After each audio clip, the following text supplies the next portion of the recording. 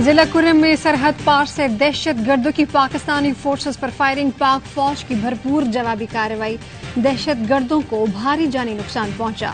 بہادری سے لڑتے ہوئے 3 جوان شہید ہوئے، نائک محمد رحمان، نائک معاویز خان، سپاہی عرفان اللہ شامل۔ ISPR کے پاکستان مخالف کارروائیوں کے لیے افغان سرزمین کے استعمال کی شدید مذمت، دہشت گردی کے خاتمے، سرحدوں کے دفاع کے عزم کا اظہار۔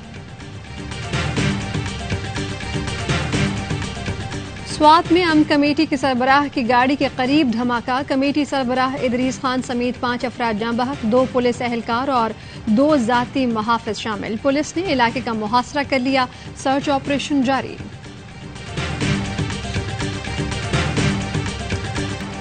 ایکسٹینشن نہیں اہم، تقرری الیکشن تک مؤخر کرنے کا کہا۔ آرمی چیف میرٹ پر تعینات ہونا چاہیے، نواز اور زرداری اہم تعیناتی کے اہل نہیں۔ عمران خان کی صحافیوں سے گفتگو، کہا کہ نواز شریف کی پاکستان آمد کا انتظار کر رہا ہوں، اس کا ایسا استقبال ہوگا کہ ہمیشہ یاد رکھے گا۔ خبردار کیا کہ قوم میرے ساتھ ہے، جس دن کال دی لوگ سڑکوں پر ہوں گے۔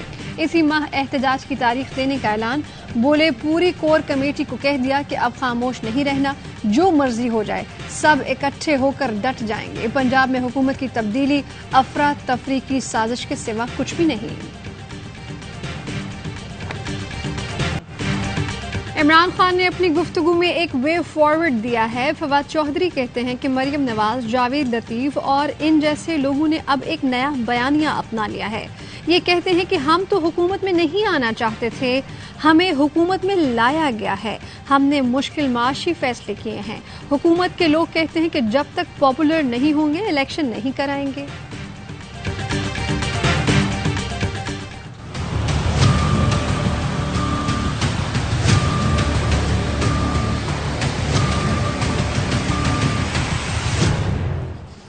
ہم صرف قانون اور آئین کے راستے پر چل رہے ہیں، آپ کے الزامات اور غلط فہمیوں کی کوئی وقت نہیں۔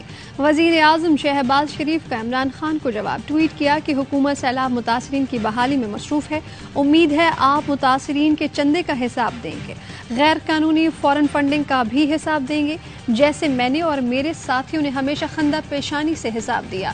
یہ تمام پابندیاں اور ہتھ کنڈے آپ کے خسائل ہیں، ہمارے نہیں۔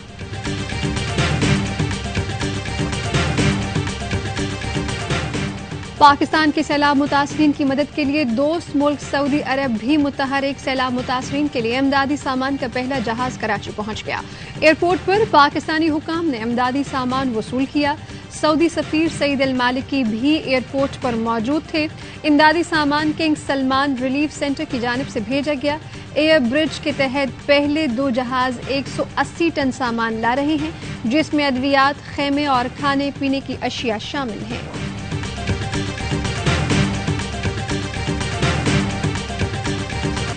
منہ زور منچھر جھیل نے 500 دیہات صفائی ہستی سے مٹا دیے۔ جھیل کے آبی ریلوں نے اطراف کے علاقوں کو ملیا میٹ کر دیا۔ کرمپور کے مقام پر بند میں 4 شگاف پڑنے سے پانی دریائے سندھ میں جا رہا ہے۔ پانی کی سطح میں کمی کے باوجود کوٹری بیراج پر اب بھی اونچے درجے کا سیلاب۔ 24 گھنٹے کے دوران خیرپور میں 20 بچوں سمیت مزید 44 اموات کی تصدیق۔ سندھ میں مجموعی اموات کی تعداد 638 ہو گئی۔ دادو میں پانی میں پھنسے مریضوں کی ڈرموں اور چارپائی کی کشتی میں منتقلی۔ آندھی چلنے سے سہوڑ کی خیمہ بستی میں کئی خیمے اڑ گئے۔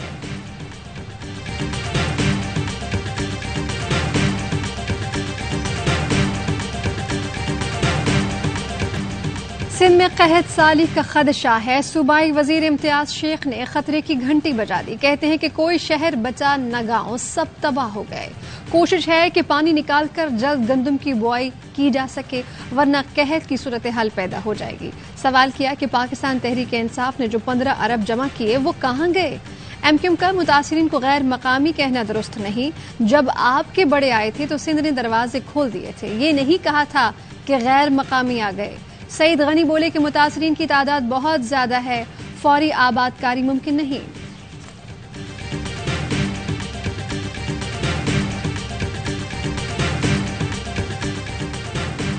پنجاب میں 10 لاکھ ٹن گندم کی قلت، وزیر اعلیٰ پریشان۔ پرویز الہی گندم فراہم نہ کرنے پر وفاق پر برہم۔ صوبائی حکومت وفاق کو احتجاجی مراسلہ لکھے گی۔